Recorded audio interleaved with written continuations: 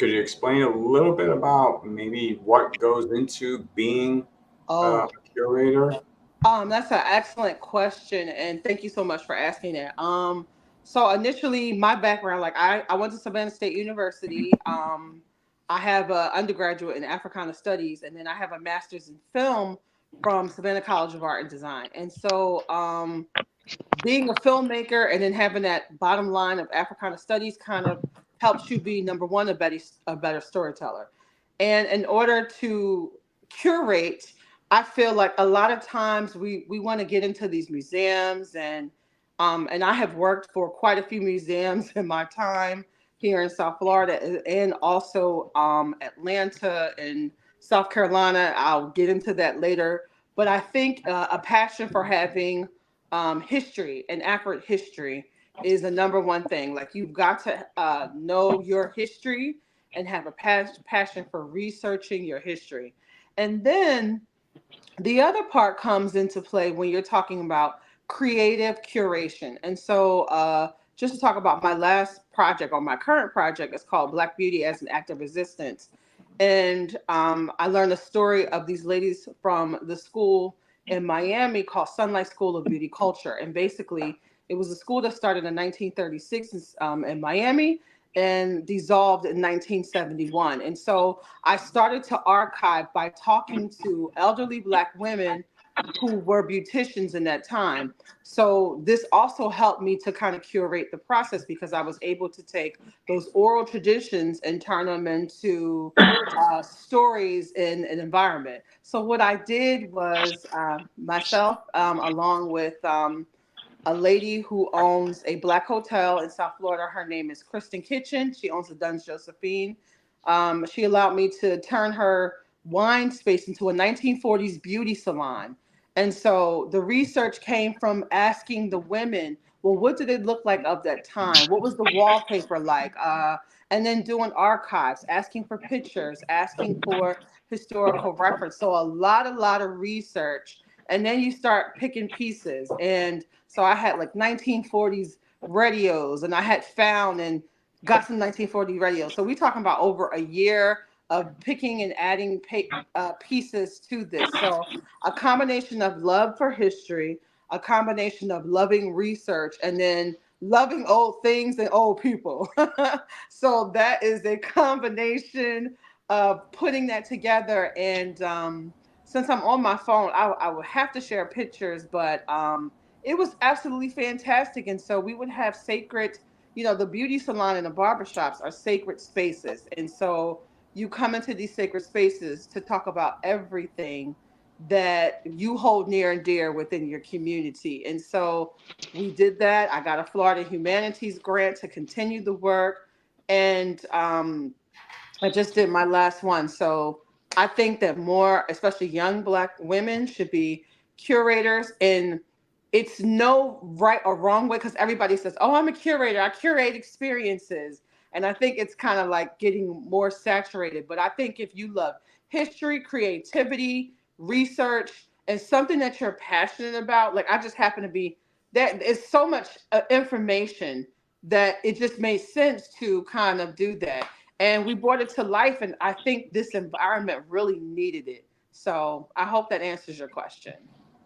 It sure does, and it's definitely information for me to take back uh, to my daughter so that she'll get a very an understanding of it and a liking to it more. Thank you. All right. Well, I have a question. How do you normally find your grants?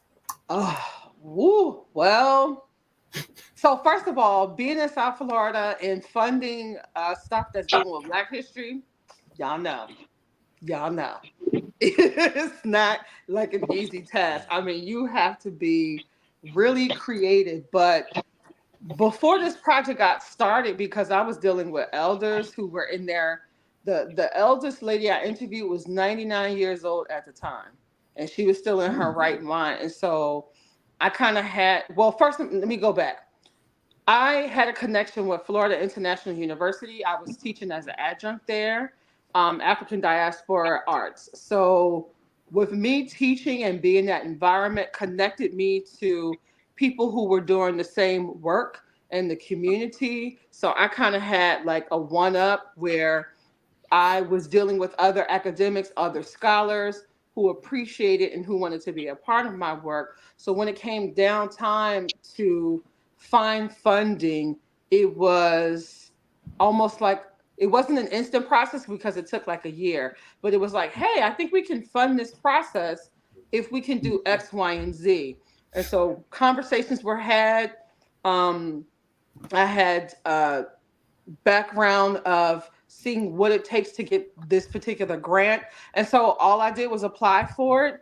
They liked it, and they awarded it. So it's kind of like you just kind of have to put yourself meeting and putting yourself around the people who have the information, can help you support the information, and also Mhm. people who can write grants. And I am trying to be a better writer and learn how to write grants. The money is out there, but you got to do your research and you got to put yourself around people who can put you in those doors or put you in, like, kind of help you and guide you to getting that funding. So, Thank you. yes, ma'am. All right. I mean, I got lots of questions, but I was trying to give somebody else a chance. Clayton got to go next. Yes, yes. Yeah. Good evening to all of my beautiful Swing Five Swing Social Fellowship Incorporated sisters, All and right. greetings to the great brothers of Groove Five Groove Social Fellowship Incorporated. Good evening to both of you all of you. And sister, everybody on here seems to be an artist of some type. And guess what? I am also. I've been an artist, contemporary art, graphic designer, but I started out drawing out of comic books when I was a young kid. And I retired in the United States Air Force as a graphic designer.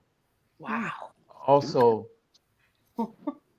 That's I awesome. have been a groove for a lot of years. I pledged at Virginia State University in the fall of '77. I'm Oh, currently holding the second term of my presidency of my chapter of Virginia State University Virtual Alumni Chapter. okay. Uh, like my brother said, we're also blood brothers. We're also groove brothers. He came out of Panther One. I came out of the Trojan chapter, Virginia State. My background, 24 years active duty of the United States Air Force, which I am retired now, Mhm. but I still do a lot of pro bono work in the backdrop for graphic designs and logos. But my medium of choice is oils on canvas. Mm. I am a professional uh, portrait artist. I also do landscapes, seascapes, or whatever God puts on my heart to draw. Uh, I was blessed, and I give all honor to my Lord and Savior that He moves my hands, my mind, and my thoughts, and I can put that and relate it to the canvas. So when I saw your bio, I really got excited about talking to you, and because from one artist to another, we all artists in our own way. Yes. Uh, God has given us all special gifts. As Tiffany spoke, she's got the same interest and profession as you do. I'm pretty sure Robert he has his niche, and my brother William he was a music major. He don't talk about that much, but he could play just about any brass instrument. So with art, I love to listen to those that are in those fields so I can pick their brains and see what I can get from them and utilize and, just cross reference to what I have learned. I didn't get my degree at Virginia State, but I learned a lot at the HBCU. Mhm. Uh, it's something that you would never learn at a lot of other schools going to HBCU. And being in the art department there, it opened up my eyes to, uh, like you was talking about, the culture, uh, the history, getting into Black art, uh, the African art. Mhm. And I was exposed to all of that. Tell me, where did you start and how did that get you where you are today? Is that question for me? Yes, it is. Thank you so much for that. So I guess it started back in West Philly.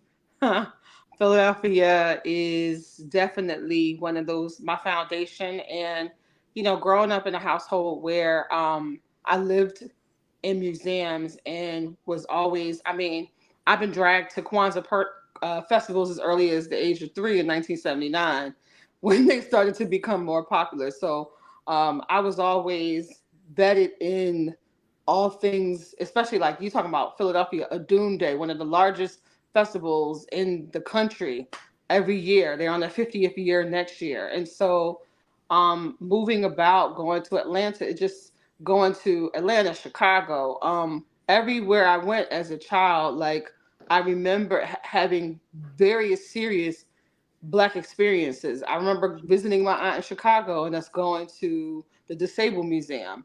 And so I've always seen the creative essence of us always in progress. Um, Even like my little corner I'm sitting in now, there is so much Black stuff behind me, it's not even funny. And with all that being said, I wanted to pull this up because another thing about being creative and having your love for history is I'm a collector. This right here, if you can see it, which I'm sure you can, this is a 1961 Ebony magazine. It's an original, Okay. and I collect these, and because they kind of give me inspiration on different things, especially when it comes to some of the stuff I deal with. So I have my own little mini museum, from shackles from the 1850s to a cash register from Rosewood that's 100 years old. Mm. So not only do I collect things and books that's dealing with Black culture, it's always been like that in my household. So those things and the stories of our ancestors and our elders are a major part of my inspiration and my why. Oh wow. Do you dabble in any other medium? Do you draw? Do you sketch? Do you sculpt? Um, Do you do anything I of that? I do multimedia. Yeah, I definitely do some digital media. I definitely paint and do mixed media stuff. As an artist, you do all kinds of stuff. Yeah, Like, that's true. I mean, I'm surrounded by art. Like this little piece right here. You know what I mean? Like, Yeah. I'm surrounded by art. I surround myself by anything that influences us. So, I'm Miss Show and Tell. Like, I want to do show and tell all the time. I want to see what you got, and I want to bring things together. So yes, definitely that. And you were speaking of multimedia. That was my field as well in the Air Force. I retired as the superintendent of multimedia and graphic design in the Air Force. So, Wow. yeah, I touched on a whole lot of things. As my brother can allude to, he was at my retirement, and Okay. he and he got a glimpse at what I was doing while I was in the Air Force. And um, yeah, they expose you to a lot of things. Right. So I commend you on your work. I would love to be able to Thank see you. your work. Uh, and yeah, we would love to be able to see it one day. Yeah, All definitely. And like I said, I'm a filmmaker. I have Look, I document anything that's Black. I document it. So yes. Yes. Sister, we were talking earlier, and I want to introduce one of our panelists, Mark Daniels. Mark is in Houston, Texas right now. And I met Mark when I was in the Southern California area. So, anyway, Uh, hey, Mark, I want you to meet this amazing sister right here, Sister Imani Warren. Just an incredible, incredible sister. And before I pass it on to Mark, you mentioned briefly about you document everything, but you're more than that. You're more or less what I would call a documentarian. Oh Uh, yeah. yes, Yeah. and your knowledge about Black history is Yeah. also pretty amazing, and that is vitally important to us. You know as well as we do that now they're trying to take that away. If they can't appropriate it, they can't steal it, they'll erase it. So it is just that type of thing. So Hey, Mark, I want you to meet Sister Imani. I don't know how much of the program you were able to listen to, but chime in, brother.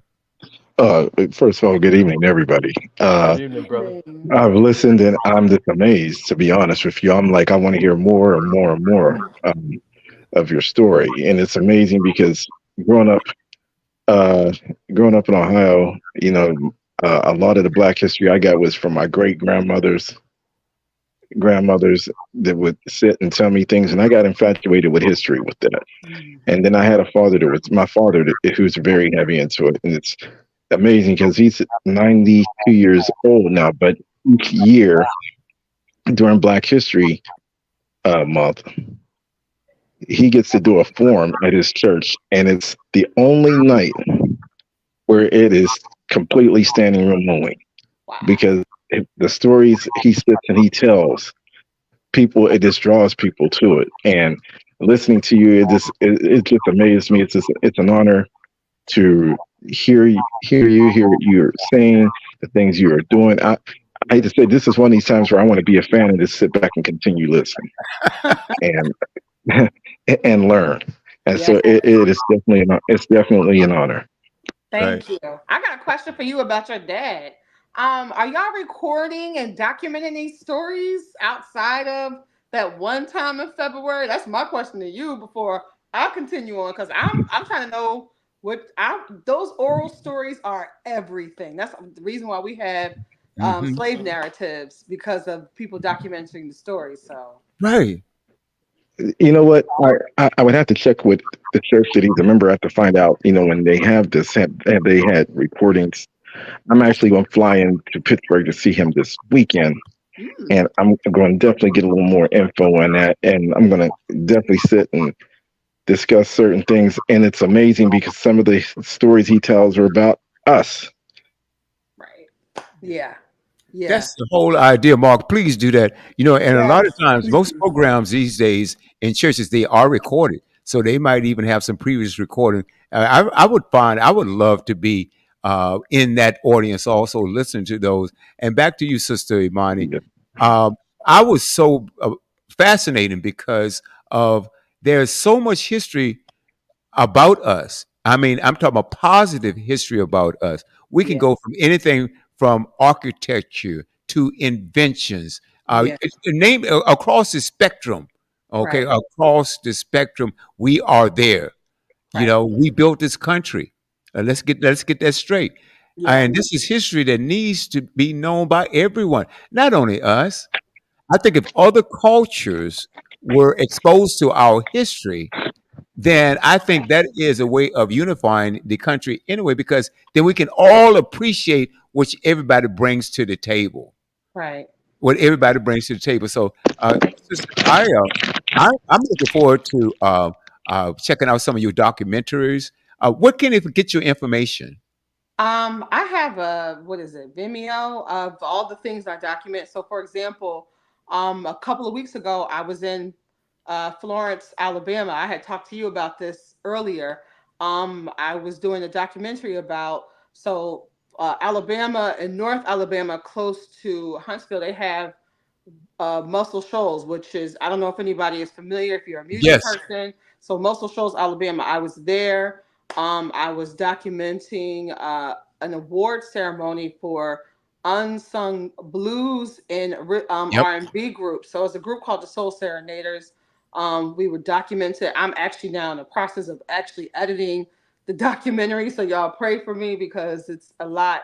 But I had the opportunity to go to W.C. Handy's home. W.C. Handy is the father of the blues, whether it's Bill Street Blues or Chicago Blues. I mean, what an Mhm. honor to do that. And of course, he was a foundation who kind of brought that whole thing into perspective, born in the 1870s. So I was at his house just kind of touring and documenting and talk about that. And then going by the studios where Aretha Franklin sung, Come where on now. all these people performed and recorded some of the hits that we like. I had never been to that part. As many times as I've been to Alabama, Montgomery, Selma, Birmingham, I had never really even thought about that little tiny area, but I was glad I had an opportunity to document it. So things like that. And everywhere I go, everywhere we go, especially, there is an opportunity to document our history and culture. Each one, especially as far as groove and swing goes back, we talking about the 60s. I mean, how many impactful things was going on with each of our lives with some of the elders who are, especially elders, founders who are in swing and groove. I'm about uplifting us through history and education and how we can continue on to do that. So each opportunity is an opportunity to document. The other thing I wanted to add was recently here in South Florida, we lost an elder who was one of my dear sweet elders. Her name was Dr. Enid Pickney. She was the founder of the historic Hampton House in another area called Lemon City. If anybody knows about historic Hampton House, that's where Martin Luther King stayed. That's where Malcolm X stayed. That's where Muhammad Ali came when he won that fight against, I about to say Sonny Liston, but when he won that fight, I think it was 1962, he won. He went to the historic Hampton House. That movie, One Night in Miami, was about going to, excuse me, some guests, was about going to Hampton House and celebrating that whole phenomenon of, you know, Muhammad Ali becoming a rock star powerhouse at that time. And so they were going to tear this building down, y'all. And she was in her 70s. And she stood in front of a bulldozer to save the building. And that's how important and powerhouse she was. And so just a week or so ago, she passed on. She was 91 years old. And so they asked me to be a part of planning her celebration of life. So it's stories like women like that who keep alive or who keep us continuing on the movement. And I feel like it's all of our responsibility to know our history. It's not just a dimensional thing. Wherever we go, where our people are of African descent, we need to know what's going on with the history and culture. Last thing, and then we can get back to the questions. I just got to get it out. I went to Cartagena, Colombia. I did not know it was so black there. It was so black in Colombia. I was like, why have I not have been here earlier? And then I happened to be there at the time where they were celebrating emancipation from slavery. I just happened to be there at the time. And how beautiful and black. Like, our cousins are there, y'all. We need to know what everybody is doing on the planet because we are not a minority. And it is our responsibility to tell our own stories, like that African proverb. Until the lion tells the tale, the hunter will always be glorified. So it's time for us to become the hunters. Yes. Absolutely. Don't go anywhere. This is absolutely fascinating. I'm so excited. Sister Sabora, I'm so proud of this sister here, and I know you are too. Let me show you guys something. Okay, you know who that is? Oh, yeah. Miss Wow. Ali. Yeah. I know Miss Ali. Oh, my God. Muhammad Ali. Okay. Yeah, I know his This wife. is signed and Oh, autographed to Master William Brown, the Buzz, from Sister Dr. Khalila Camacho Ali. I've yes. had the pleasure of meeting her, and Yes. she's been live in this studio, folks. Oh, yeah. I love me some Miss Ali. Yes. That is. She Ooh, is an yes, incredible woman. yes, she is. And we Yes. don't hear about her. She's That's a right. writer, she's a producer, she's also working on a film or Yeah. two. She has a few books that's out right now. As a matter of fact, she's going to send me a free autograph copy. Thank you, ladies and gentlemen. You know, but yes, and she was sitting right next to my right about a few months ago, and then she came on one of our live broadcasts about 2 or 3 weeks ago because she flew into town. And she left me this. I'm proud of this. I am so proud of that. Uh, Yeah. oh, absolutely. I thought I'd show you guys. So what, Sabora, what the sister is saying, I know you can appreciate that, folks. We have to know our history, not only, and we have to share our history, because and then ask the question: when somebody wants to eliminate something, eradicate something, do away with something, the first question comes to me is why? Why? Mm-hmm. Why in the world would you want to erase or water down the richness of the black culture and black history? Why would you want to do that? Well, I'm gonna submit to you the same reason why they want to do that is the reason why they didn't want us to read in the first place. Because they know if you know your history, guess what? Then that's something you say, "Oh, okay, my brother did that, my Mm-hmm. sister did that, I can do that." Mm-hmm. Okay. Conversely, if you have somebody say, "Hey, pull yourself by the bootstraps, but I stole your boots anyway. That's right. Build your business, but I'm gonna burn it down." Right. Okay. And our people are running around talking about DEI right now, and they've turned it into this racist trope instead of what it really means. Folks, I keep telling these knuckleheads, oh yeah, you know who I'm talking about there. I keep telling them, DEI doesn't mean that you're not qualified. Okay? It just says, I want a level playing field where I get a chance to get that opportunity, that position, that job, okay, that grant, or whatever it is. But they're trying to say, well, you got it because you're black. Come on. That is the most insulting thing in the world. And it's not the real definition. Clayton and I talked about this just yesterday. Yes. That's not what DEI means. That's not what affirmative action means. Right. Okay. So, Sabura, the floor is yours. I've gone way over my time. And so I'm sure you have a lot to ask this sister. And then I'm going directly to Tiffany, back to Robert, and then Clayton. Okay, no problem. I wanted to know. I did read your bio, and my question was: it said that you had an award-winning documentary short. What was the Yeah. name of that, and how did we find it? It's on Vimeo. A couple of years ago, I did this documentary in graduate school, called, oh man, this it's been a while, but wait a minute, just forgive me. My brain is circulating with so much information right now. It's called Culture Keeper, and basically it's about us kind of like, I went to school in Savannah, so Gullah Geechee is all around. I am Gullah Geechee because my folks are from Savannah, Georgia, and South Carolina. Just like if you're from that area, that Gullah Geechee corridor, um, North Carolina to North Florida. So we did a documentary, and it won some awards about maintaining one's culture, but through the lens of Gullah Geechee and finding your identity through the eyes of my director. The gentleman who I worked with was from Venezuela, but he didn't realize he was Afro-Venezuela. And through the lens of Gullah Geechee, he kind of found that perspective of, oh, I'm an African descent person too. So that's kind of what it is about. So And yeah, you said it's called what? Culture Keeper. Culture I can, Keeper. yeah, I would Okay. like. I Is would it a way to love find that? Yeah, I can actually send it to you.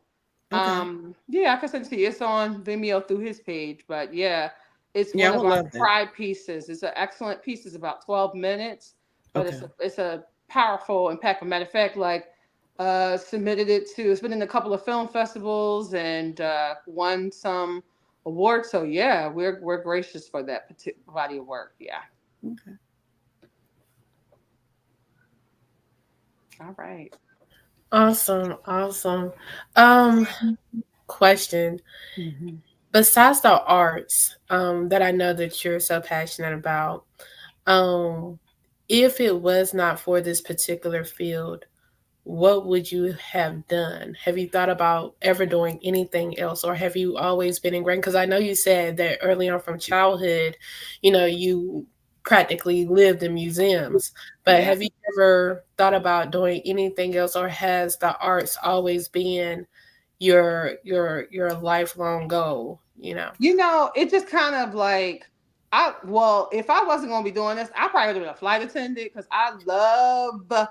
Look, y'all didn't see my bags. My little bags was back there. My bags stay packed. Where we going? I'd probably been a flight attendant. I ain't gonna hold you.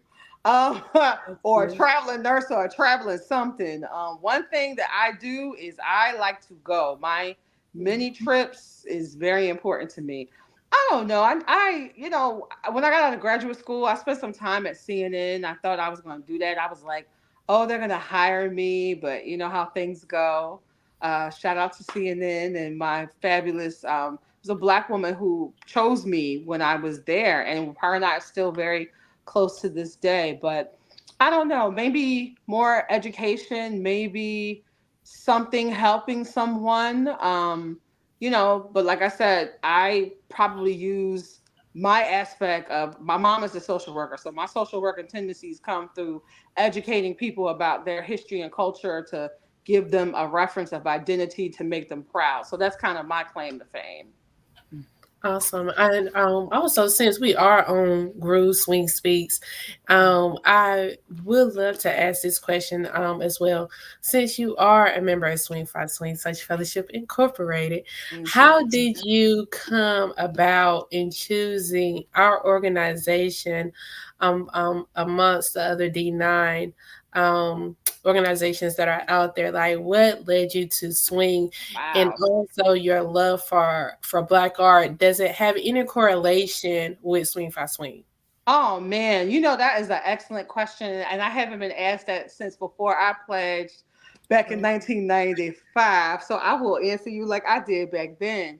The fact that it was non-Greek was even at the age of 18, 19, because I think when I pledged, I was like crazy 18, 19-year-old kid, like crazy, and just still Black power all the way. Like 20 something years later, I'm a little bit calmer, but. And then pledging in Philly on Penn's campus, I think I was trying to figure my life out. But one thing I knew is that Greek life was not for me. I am not a Greek. I am a person of African descent. And that was the main reason. And then it was the Brothers of Groove. Groove was very impactful on University of Penn's campus. I knew so many grooves. And I knew of the gems, but I was like, that's not something I'm trying to do. No disrespect to the gems. I think they're marvelous, but like you might as well slide on in the swing if you're gonna be a gem. Do your gem thing and then come on the swing land. You know what I'm saying? So swing, and then also the impactfulness of the elder women who I met, who were some of my beautiful swing godmothers and aunties who I would say supported my initiation process, because, or as I will call it, my rites of passage process for doing swing. And I still look at those pictures when I was online back then. It seems like a lifetime ago. But I think that process has, and if I do nothing else, whether I'm not active or whatever, doing the process of Swing Five Swing Social Fellowship Incorporated has helped me with being strong within certain areas of my life, whether dealing with people in the corporate world, from ladybugs, like I ladybug it often in my life, and y'all know what I'm saying when I say that. So yeah, it was the fact of being non-Greek, a fact of the influence that was going on in Philadelphia at the time was really a powerful thing. Groove was powerful. I mean, there's so many grooves in Philly.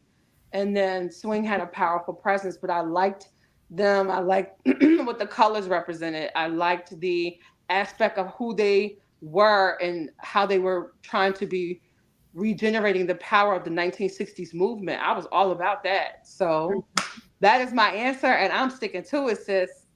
Awesome. Thank you.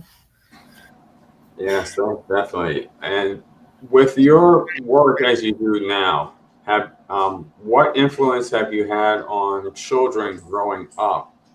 And say, for instance, if they do have an interest, like say, for instance, I'm sure you have various different presentations. Is something that you show kids and say, hey, you can become this when as a potential as a career?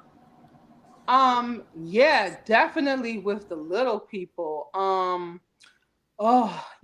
Children are like, as when I think about me as a child, and I don't have any children, but I have children, like community children. And I feel like our young people will be, the torch can be passed to them if they know how important it is that they are to our work. So for example, I don't know why I was thinking this, but I was like, I'm gonna write a children's book, and I'm gonna write a children's book about mangoes and the importance of growing gardens or something like that. You know what I mean? But I'm just there's so much, and I guess that's why I went into education. When I was living in Atlanta, I attempted to do like some substitute teaching. That ain't for me. I feel like education is important when you have more of a stabilizing environment with our young people to kind of be more impactful on them. But for me and my connection with young people, they always ask me about how I got to do certain things that I do. And I just tell them it's just passion and definitely connecting with I don't like to use a mentor. I'll say Jugna, who is instrumental, Jugna, who is instrumental on really kind of having your best interest at mind. So if you can, like I said, you tell our young people surrounding yourself with people who can like not just give you a good word, because I've been hearing these things about people being mentors, but they're not opening the doors. And forget all that. If you're going to be a mentor, hook me up with the people who can help me. If you see that my passion is there, if you see that my drive is there, if you see that I'm trying to work towards what I'm trying to work towards, especially for our young people. Just today, I watched a little mini documentary about a 15-year-old young man who flies planes. He's got a license. He's 15. I think that's important. And so for even the work that I do, it expands because we need to know there's young people out here, like the young lady who has her lemonades in Whole Foods. I mean, she was like a kid. There's young TikTokers who are creating makeup brands with no byproducts or animal things, and they're like, these are young business people, and not to say that they're not to be like the total reference, but as far as our young people, we need to really vet and invest in our young people. I am hardcore advocate for that. Saturday schools, I know here in South Florida, they wanted to start Saturday schools teaching the young people about the importance of our history, what our previous historians, people like Dr. John Henrik Clark, who I met when I was a kid, 14 years old, told me the most important thing is your education. I never forgot that. At that time, he was the elder with master scholar teacher. So yes, our young people definitely need to be vetted and invested in. If they're saying, look, 12 years old and they want to try to build a plane or do something, I think we need to feed into that, because unfortunately, and I'm going to say this, and whether people agree or not, when we had segregation, integration killed our Black economics. And so for our folks to have positions where our young people can go and work and learn is far and in between. So now, thank you, Riley Grad. So now we have to definitely instill that back in, just like with instilling wellness or any practices for our young people. It's tough out here. And we need to like let our young people know, our children, because we got their back and that we are investing in their future. That's my answer, sis. Oh wow, incredible, incredible. Clayton, this sister is absolutely amazing, and you guys have a lot in common. As a matter of fact, Tiffany has a lot in common. We all have a lot in common with you in so many different levels, and your Yeah. knowledge of Black history is absolutely impeccable. Clayton, before we go to you, sister, give out your contact information again. So I'm gonna do like people do, Dr. Umar Johnson does. This is my phone number.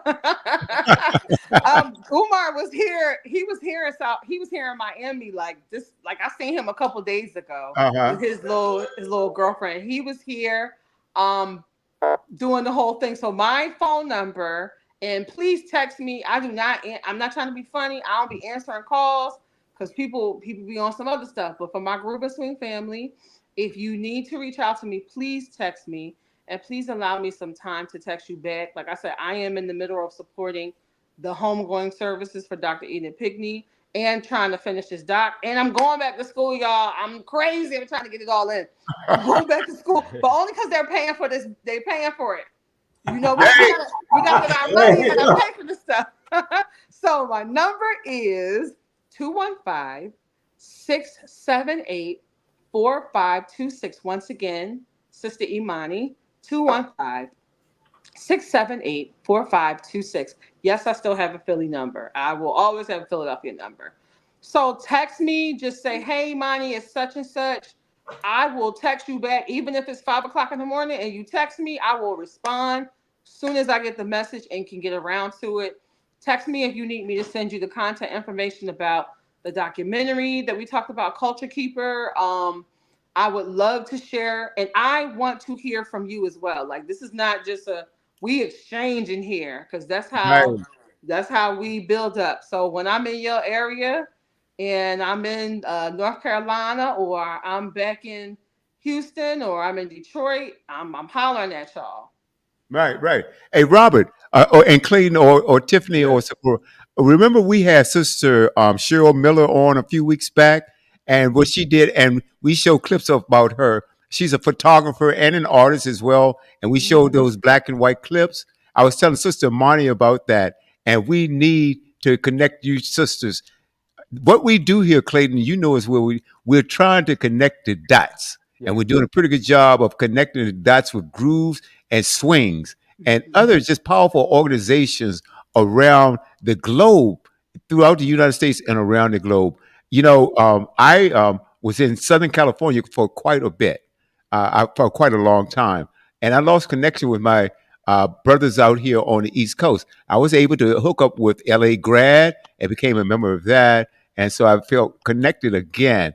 But now, what we're trying to do with this broadcast, sister, and with your help, and with the panel, they're doing such a great job, especially Sister Rock. I have to, I take our time to applaud this sister. She works tirelessly behind the scene. Rock and I talk practically every day. She's booking swings and grooves, and we're doing the same thing. Love you, Just Rock. Thank you. Oh, she's beautiful. She's absolutely beautiful. Uh, Yeah. she's reluctant to come on the show. So she said, I'll work behind the scenes. Okay. Hey, I guess what? I'll get her on one day, but she's Yes. doing such a magnificent job Yes. behind the scenes that I have to shout out to you. Rock, you're beautiful. Clayton, Yes. Well, my sister, thank you for all that you're doing. I'm thoroughly enjoying this conversation because I'm picking up a lot that you're putting down. Um, Yeah. and it's just amazing how this program, Groove Swing Speaks, is bringing out all these heavy hitters, their brothers and sisters. And I'm amazed, not amazed, because I knew that we had some very intelligent, uh, widely vast brothers and sisters, but I'm really getting to see and hear what our brothers and sisters are doing out there in the community, the education and the experience that they have endured, and it makes me feel encouraged about what I'm doing going forward. Yes, sir. Um, and it's making me, even though I'm retired, get up off of the couch. You know, Hey. and do some things, which I am thoroughly involved with my community service. That is a prerequisite of Groove Fi Groove anyway, to get up and go do something. And I encourage my chapter to do the same thing. But with Groove Swing Speak, with you and some of the other sisters and brothers that have been on this panel, I am amazed at what you all have been doing. I want to see more of it. I want to see your documentaries come to fruition. Thank I you. Oh would yeah. love to see. I would love to see you and Tiffany get together and do something, and have it narrated by some Hollywood, uh, Morgan Freeman or That would be somebody. great. You know, because that's how I found out about the original Black Panthers. Mm. I saw that documentary, and being a military man, Mhm. I'm always intrigued about what we did back then, but wasn't told about. right. And the original Black Panthers actually was a tanker uh, unit. They drove tanks, and they was just like on the front line, just like the Tuskegee Airmen.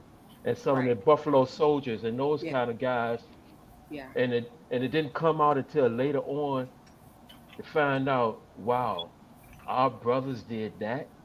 Yeah. When they didn't want to do it, they was running behind the brothers, where the brothers was protecting them. They knew all about how to fix these tanks when they broke down. But Yeah. I said that to say this. You said document, document, document. And that's Yeah. one thing they always taught us in the military. Write it down, write some kind of note Yeah.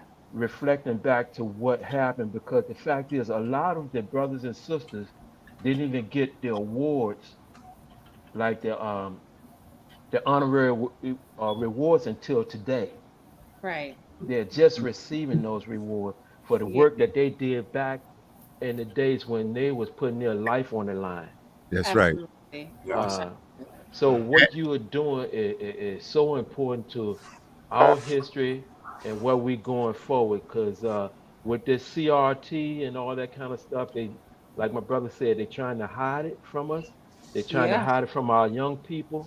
Yeah. Because if they found out what they are really who they are, that's empowering, and they're afraid that our young people gonna come up and take over this world.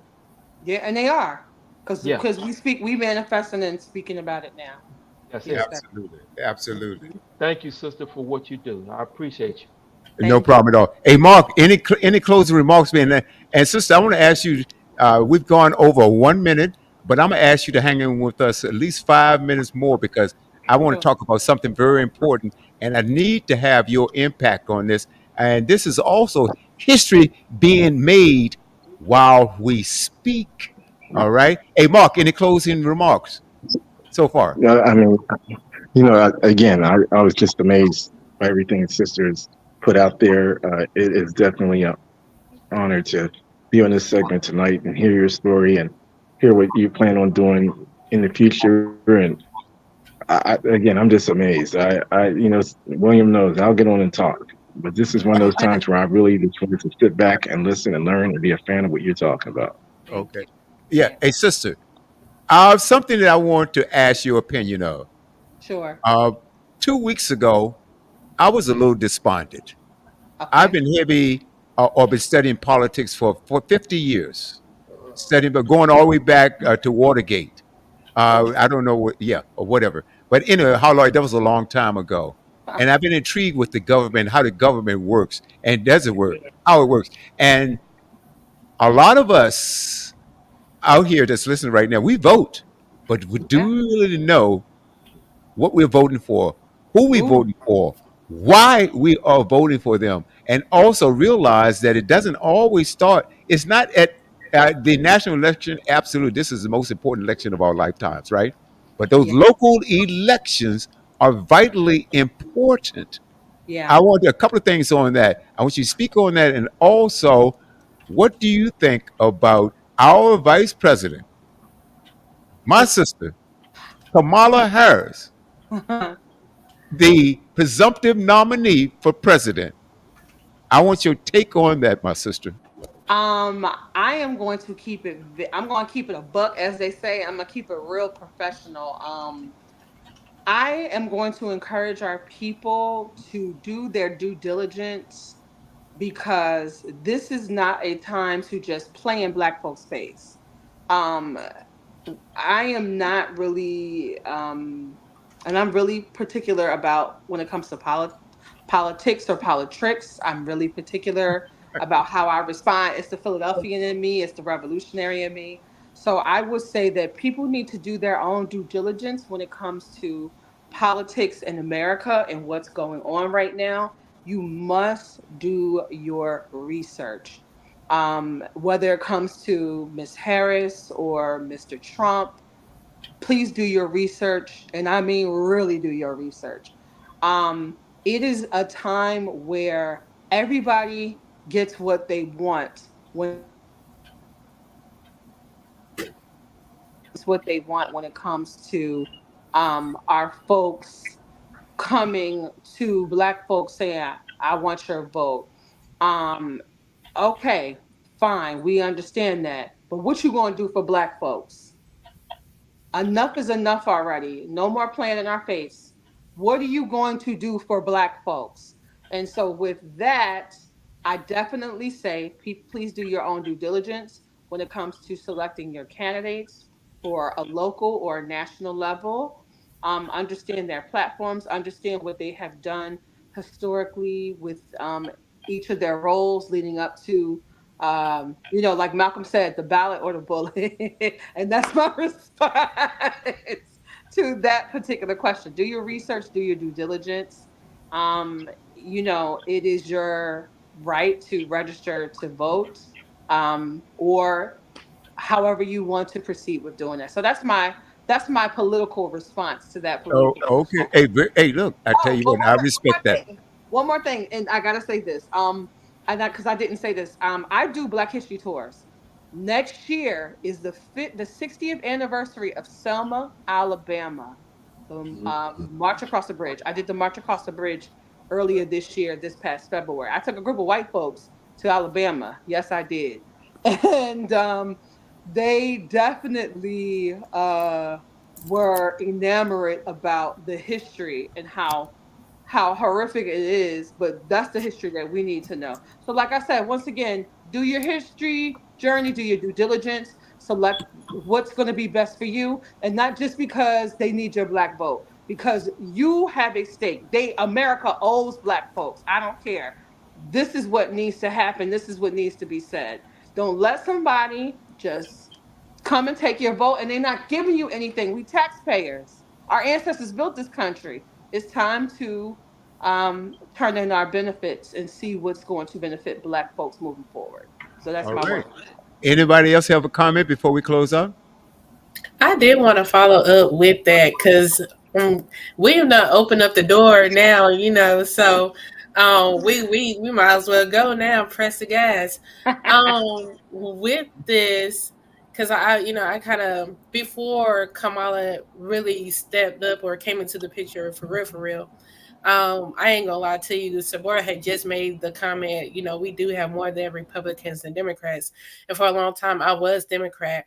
But with Joe and Trump running, I was like, I ain't want neither one of them. It made me switch to the independent party. That I part. ain't gonna lie to you, honestly. But I do see, now honestly, I feel like it's neck and neck. Let's just be real, because Sure. you do have the women that are pushing Kamala. Saying you do have a lot more Blacks that are pushing for Kamala. But Yeah. let's be honest about it. We're gonna have a real conversation. Let's have a real conversation. Yes, ma'am. That we know that majority Republicans, which are conservative white men, are going to push for Trump. And I honest to And God their feel like it's, wives. yeah, I honest to God feel like it's going to be neck and neck as far Okay. as like, who's going to take control Uh-huh. of the White House. Okay. However, at the end of the day, I know God is in control, but we're talking about elections, so I just want to keep it all real.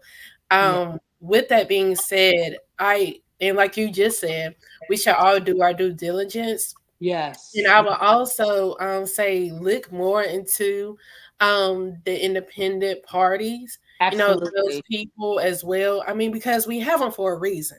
You Yes, know we what I mean? do. We have them for a reason. Yeah. Like we know we all are feeling the temperature right now as Yeah. to, with these two that are running. Yes. And like you said, we have to also look at their history too. Yes. You know what I mean? Because I understand, both parties, but saying what Trump has done, the stuff that they said about Kamala, and you know what I'm saying, even the negativity part of it. And we also have to realize, okay, where do we want to go? You know Right. what I mean? I Yes. see something that said KKK or AKA. You know what I mean? I'm just Child, being let me do honest. like this. I'm just being honest. We gonna have this conversation. Yeah. But I'm not. I don't know. I'm one of those ones right now that's saying I don't know. I'm not voting for Trump. I'm gonna go ahead and tell you right there. But as far as independent or Kamala, I don't know yet. Yeah. I'm goodness. And All I right. Can I chime in on that real quick? Yes, fair enough. I really want to state this point. Now, we all understand these are probably not our favorite choices. Neither one, maybe. I don't know. Because the fact is, uh, Kamala, she is coming in as the VP. She's got the experience and yada yada. Trump, he's done what he's done. But you have to ask yourself this question. Which one would cause the most danger to your lifestyle, to you? And when you have to ask that question, I guarantee you it will sway your choice to say, I am not going to get that guy or that woman back in this White House. Because the fact is, we got to look at what is being taken away from us, what has been told that you're going to be this person and I'm not going to let you be no more than what I allow you to be. And then you have those that going to keep on telling you lie after lie after lie. And how in the world can you put your trust in somebody that's going to continually lie to you? So, and I know all politicians lie. Now, I'm not ignorant to none of that. yes, But sir. when you start to looking at somebody you definitely can't put your trust in because they don't know the truth if it slap the crap out of them, Mhm. and the dangers of what we have been fighting for so long is in danger, that'll help you make your decision. Yeah. And that's my 62 cents right there. Right. Well, we I'm gonna appreciate go to you. Sabora in case she has a comment, because I'm gonna say this, Sabora. Try Project 2025. If you haven't heard of it, look it up. Mm-hmm. William, Look, I have a question for you, real quick, though. A real yes, quick sir. question on this. Please go You on. know, it's going to be very interesting when I say this. Sure. You know, in California, you know this, you were there like I was. Hmm. Kamala Harris doesn't have the best reputation in that state. That part. No, she And Okay. doesn't. And you know, I think the part that I look at is that there is a part of me that feels like she turned her back on us to a point. oh, you better speak that truth tonight, brother. And Ooh. you know, it is really hard for me. I'm just gonna be honest with you. I'm not fake. I'm all the way real. Yes, there's no way in the world I would vote for Donald Trump. Yeah. But this lady's gonna have to impress the hell out of me because Mm. I am from that school in California where I've seen a lot of innocent black men, or I ain't gonna say innocent to a point, but a lot of black men get railroaded by their own. And part of me is like, if you did that then, what's made you change now? Hmm. Okay. And I refuse to go back on that logic. Yeah. I refuse to go back on that thought because in my eyes, there's a lot of underlying not trust when it comes to that. So I have to really do a lot of serious thinking because Yes. maybe for the rest of the country that ain't been in California don't know, they have no idea. But trust me when I say this. Yeah. When these debates start coming up, watch how a lot of this stuff is going to start coming out. Watch how a lot of underlying things are going to come out. And trust me, there's a lot of black men back there in California that don't have a lot of good things to say. Hmm. And not just the men, the women. So I Yeah. don't want to get caught up. I don't want to get caught up into the Thank you thing. for that statement. I appreciate that. I don't want to get. I refuse to get caught up into the other part of it. Yeah. Oh, it's a black woman. Is she AK? So what? I understand that, but I'm also going to think about before you got to that when you was Attorney General, Mm-hmm.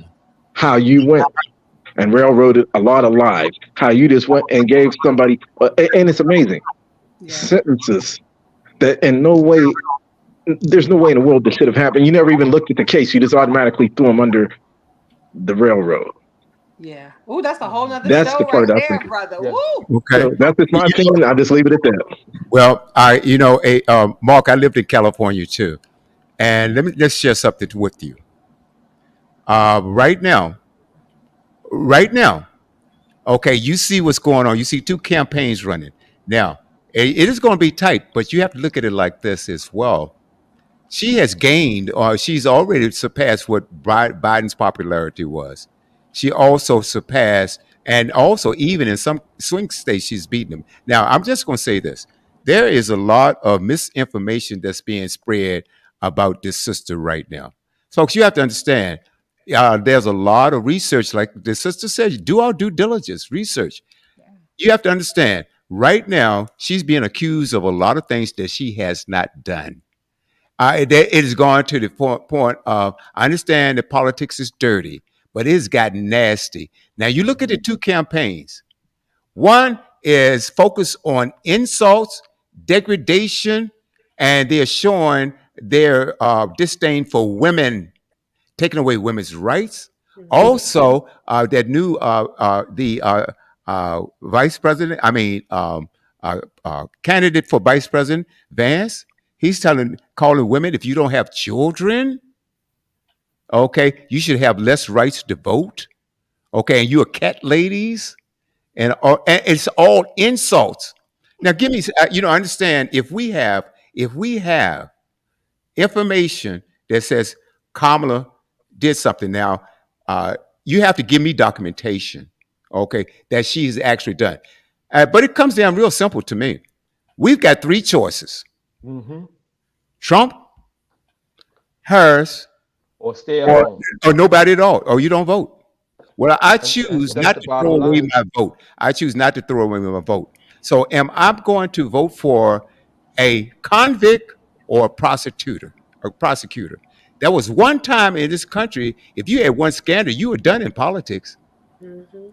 Okay, it is documented that this guy has lied over 30,000 times while he was in office. I'm wondering if he ever slept. There's so much corruption. 88 charges. Are we going to ignore that? And look, not only do we how we look on the in the United States, but how do we look on the world stage? Well, Okay, William, to be honest with you, no, he shouldn't even be allowed to run. Right. Absolutely. I really? mean, I mean, he shouldn't. I mean, he's a Oh felon. yeah, yeah. He I should mean, not be allowed to he run. I should, agree with you 100%. he should not be allowed to run. And Well, so, it's from that America. standpoint, it's amazing how rules get changed. Mhm. Uh, but Right. sometimes not on the back end of that, there's a lot of times where a lot of wounds do not heal, Yeah. and you got a lot of people out there, families out there, black families out there that will say, "Hey, you know what? I guess I'm backed in the corner. I'll vote this because I got to do this." Okay. But no, but on the back end of it, I also saw my child get sent away for 45 years for something that was menial. And if we were in a position to make a difference or to stop that, and instead of doing that, we promoted it. Okay. So like I said, this is the weirdest election I'll ever be a part of. I would think of my lifetime. Maybe it gets worse. I don't know. Well, But look. My point is a prosecutor or a convict. Yeah. Okay. You know this guy's history. You know his disdain for black people. 1972, he and his dad were convicted or and prosecuted for this. Okay. Discrimination. Wouldn't rent to black people. Discrimination. Okay. But going back to 1972, the Central Park Five, he took a full page ads. Okay. Wanted five black innocent men to be prosecuted, not only prosecuted, but death penalty. After he found out that they were innocent, he said, "Keep them locked up anyway. Keep them locked up anyway." All right. Look, the But choice for me. interesting is, I can't. Hey, brother, and sisters, I can't tell you how to vote. That's not my right. But my point is, for me, there is nothing to even scuffle about. It's a clear choice to me. I don't know about all of her history as far as being a prosecutor is concerned. I don't know whether these convictions should have been lessened or overturned or whatever it is. I have no idea. But I do know that she has the experience. She was attorney general. She was vice president. Okay, and I like the message. So, guys, you vote your mind, vote your conscience. But I tell you what, there's no way in the world that I would ever vote for a three-time wife cheater, if not more. 88 counts, 34 convictions, okay, 2 impeachments. I mean, his family scam. His daughter got over $600 million, her and her husband, while they were in that White House. See, what happens is you have to understand how people deflect and project things away from them. They're talking about the Biden crime family. Are you kidding me right now? Ivanka Trump got 13 patents from China. Jared Kushner got $2 billion from Saudi Arabia after Khashoggi got chopped up. Come on, to me. Oh, and also he sides with Russia, okay, China, and North Korea. Folks, the choice is clear to me. So if you have to do something, whatever you need to do is your business. I'm not going to be in the voting booth with you. I'm not going to go in the voting booth with you. But the point to me, there's a choice is clear. Now, people say lesser two evils. If you call her evil, whatever it is, I'm going to take the lesser of two. Okay, that is my point. I looked at she's fighting for women's rights. She's been out there on the trail fighting for women's rights. There's no question about it. All right, they call her the border czar, which she was not. She was assigned to handle the triad in South Carolina. I mean, South America, to get those countries to rethink and also provide money for them so they can keep the people there, keep them crossing the border. Okay, it's an easy fix. Okay, the thing Yeah. right now is the border right now, and Republicans are hard. Oh, Biden won't fix the border. Well, he did. As a matter of fact, he did issue an executive order after Republicans shot down the most comprehensive border bill we ever had, with no pork in it. It was just so to me, Sabor, it's your shot. But for me, it is clear. Okay, am I going to choose the guy, the lady they have stolen a loaf of bread, or am I going to choose the guy that robbed the whole bank? Something went wrong. Please try again. That's right on time. AI is something else. I wasn't talking to you right there. Okay. Yeah. So guys, I have to go because my phone is blowing up, and I love you. Thank you so much for Awesome. having me. When you're like I said, do your due diligence. Do not vote or do anything emotionally, because Black people are emotional. Take the emotion out. Do your research. Do your due diligence. And come to terms with what you want to do as a taxpayer, but do not put anybody in any situation that's not going to benefit you. That's all I'm going to say about that. Okay. Because but thank No, you. thank you, sister. Yes. Thank you so much. We'll finish this up. You can thank you Yes. so much for coming, and we will definitely have you again. Sabor, Thank you so you much. get the last word. Oh my, really? I mean, really, everything has been said. We all have to make our own decisions. There are more than those two candidates, and we have to stop being emotional. I mean, that's all. I'm not here to change anybody's mind.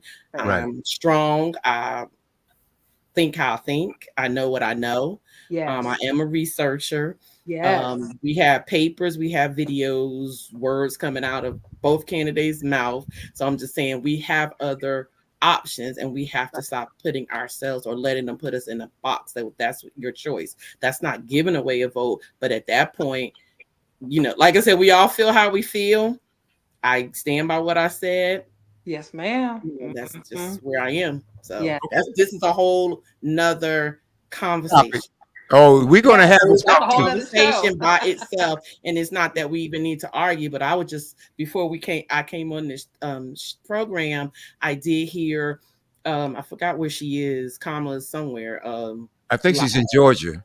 Yes, and I'm just listening even to the music. I'm a very detailed person. Maybe that's that criminal justice in me. Yes, ma'am. I don't know, but even that is like, what is being played to cater to us in that low level stuff? Yeah. Low Nobody else doing vibrational. that. I'm just saying we can dance and prance around and do all of that stuff, but when we're still in 2024 and we don't have any anti-lynching laws for us, but Asian people are protected, we cannot forget that. So that's what I'm closing with. Okay. Do what you want to do. All right, very good. But like I said, for me, the choice is clear. Guys, thank thank you so much for chiming in. It's been an outstanding show. Sister Imani, can't thank you enough for coming on, and you must come back again, okay? Yes, You peace must and come blessings again. to y'all. Thank you so much. And All right, my hola. pleasure. My pleasure. Hola. You guys enjoy your night. And this has been Thank you. another intriguing episode of Groove